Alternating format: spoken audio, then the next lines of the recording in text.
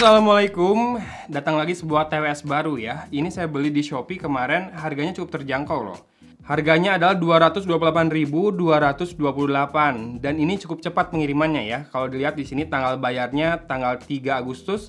Ini semalam datang tanggal 8 Agustus, berarti 5 hari sejak bayar dan atau 4 hari sejak dikirim. Karena dikirimnya tuh baru tanggal 4 Agustus malam ya. Dan nyampe di Cimahi dianterin sama JNE, nggak bayar apa-apa lagi, sudah diterima seperti ini langsung. Dan kita bisa lihat di situ ada sedikit highlight fiturnya. Ini Bluetooth-nya 5.0 dengan driver 10 mm, impedance-nya 16 ohm. Kemudian baterainya ini di sini ya, 40 mAh di tiap earbuds-nya dan di casing-nya 300 mAh. Ini adalah Lenovo LivePods. Kalau kamu cari di Shopee namanya Lenovo LP1.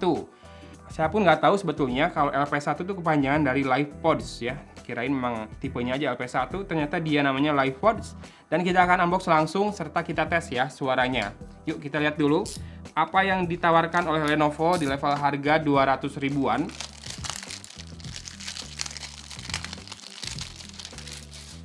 Ya, seperti ini kemasannya. Di dalamnya ada kardus yang lebih generik lagi.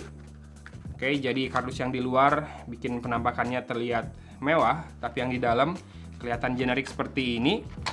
Dan ini dia, ya di dalamnya rada-rada kelihatan ini ya, rada kelihatan nggak terlalu premium. Ini yang saya beli warna putih dan aksen merah. Kalau nggak salah ada warna putih dan aksen lain dan ada warna hitam juga. Ada logo Lenovo-nya di depan, kemudian ada sebuah, ini sepertinya LED indikator ya di sisi bawah ini. Kemudian di bawahnya ada port USB Type-C. Oke, mantap, 200 ribuan sudah USB Type-C dan ininya speknya ditempel melalui stiker seperti itu ya.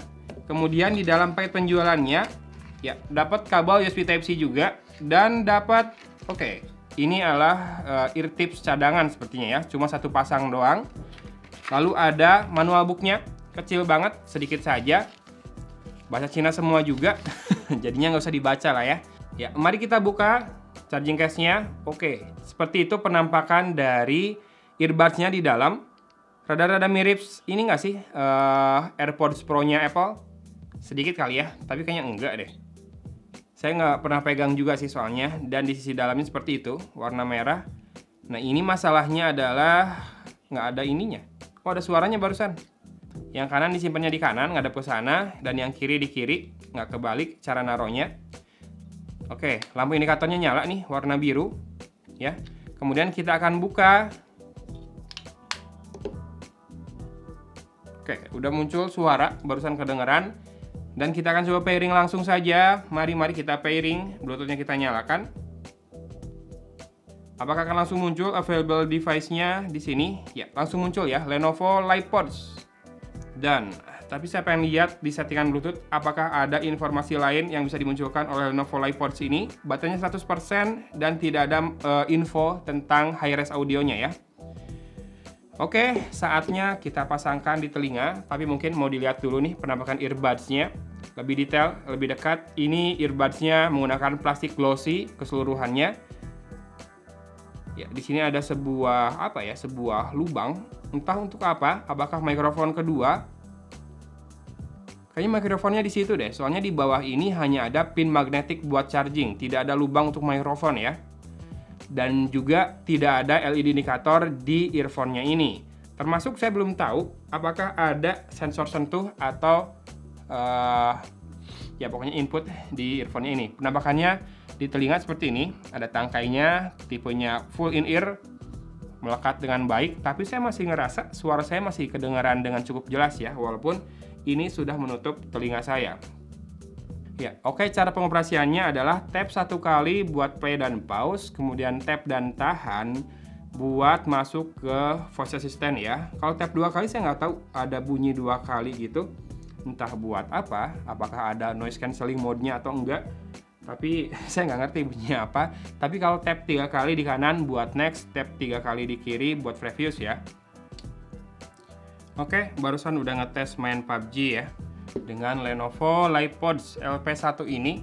Delaynya kerasa sih, satu langkah lah ya delaynya. Tapi overall masih lumayan oke buat main game, nembak nggak terlalu kerasa delay. Paling buat nonton video aja nih, rada kerasa delaynya ya, rada terlambat suaranya dibandingkan gerak bibir. Buat lagu, tadi saya dengerin musik, bisa dibilang untuk 200 ribuan ini asik banget. Jadi bassnya tuh penuh banget, punchy banget. Tapi memang di beberapa bagian terdengar bassnya terlalu tajam ya. Di bagian adalah di beberapa lagunya Blackpink saya dengerin agak sakit ke telinga, kontrolnya kurang sedikit terlalu tajam. Mungkin solusinya adalah turunkan volumenya ke sekitar 70% atau 80%. Masih bagus kok di sekitar segitu powernya. Dan untuk treble-nya biasa aja sih ya, rada tertutupi sama bass juga. Jadi kalau buat akustikan ini nggak terlalu bagus. Dan juga masalah virtualisasi tadi kerasa kurang banget. Jadi ketika saya dengerin lagu yang biasanya kiri kanannya pindah, di sini tuh kayak yang barengan terus. Tapi vokal ini bagus. Tadi saya dengerin Maudy Ayunda juga enak banget dengerinnya. Tapi gaungnya kerasa jelas ya, karena bassnya memang kan didorong banget buat kerasa lebih menonjol. Midnya oke, tapi rada gaung, jadi yang high-nya aja nih yang kurang, treble-nya nggak terlalu kerasa ngencring. Untuk masalah sound separation sih lumayan bagus, walaupun sedikit rada maju juga suaranya, rada yang biasanya saya dengerin ada di kanan atau rada belakang, tadi kedengarannya tuh kayak rada di depan saya, tapi masih bisa dibedain, yang ngomong dekat sama yang ngomong jauh tuh masih bisa dibedain ya. Tapi virtualisasi kiri kanan itu rada kurang jadinya, mungkin itu juga yang bikin biasanya yang suara terdengar di kanan jadinya kayak rada kedengaran dari depan ya. Entah kenapa, apa yang membuatnya seperti itu. Tapi overall, buat harga 228 ribuan, nyampe 4-5 hari ke Cimahi, ini worth it banget sih. 228 ribu, dapat Lenovo LP1 LivePods dengan port USB Type-C. Paling ini baterainya rada kecil aja ya, 300 mAh di charging case-nya.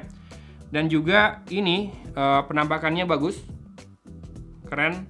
Tapi masalah ini si touch sensornya ya, jadi tap satu kali buat play pause itu rada rentan ketekan waktu lagi benerin posisinya. Dan buat Freeviews Danex tuh harus tap 3 kali ya, jadi rada ribet aja sih, harus 3 kali kalau mau pindahin lagu gitu ya tapnya.